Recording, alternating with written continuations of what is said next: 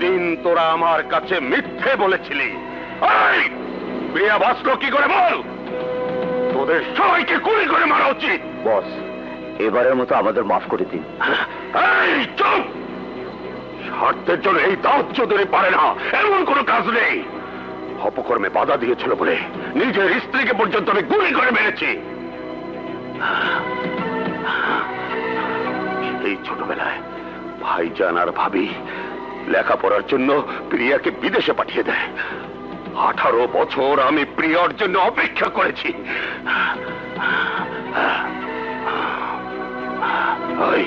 সে যখন দেশে ফিরল তখন আমি তোদেরকে পাঠিয়েছিলাম প্রিয়াকে হত্যা করার জন্য। তোরাই তো বলেছিলি প্রিয়া মারা গেছে। এখন প্রিয়া ফিরে এলো কি করে বল? আর একবার সুযোগ দিন বস, এবার আমরা প্রিয়াকে খতম করবই। ঠিক আছে, আর একবার তোদের সুযোগ দেয়া হবে। কখন কি করতে হবে সময় মতো আমি বলবো। নাও গেট আউট।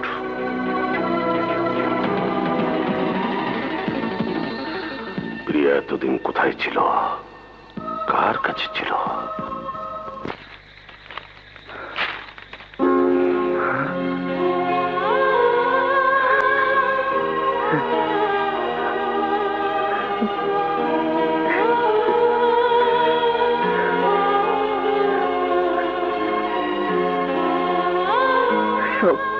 সবকিছু সে আগের মতোই আছে।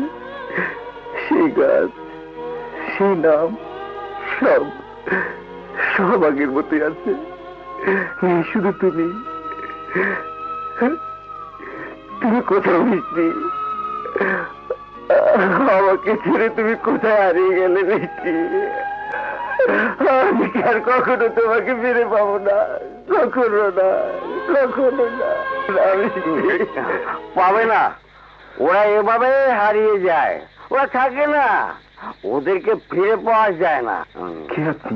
তোমাকে দেখেই বুঝে গেছি কষ্টের সাগরে তুমি হাবুডুবু খাচ্ছ। নাও ধরো, যন্ত্রণার আগুনে ঢেলে দাও এই অমৃত, সব যন্ত্রণা দূর হয়ে যাবে।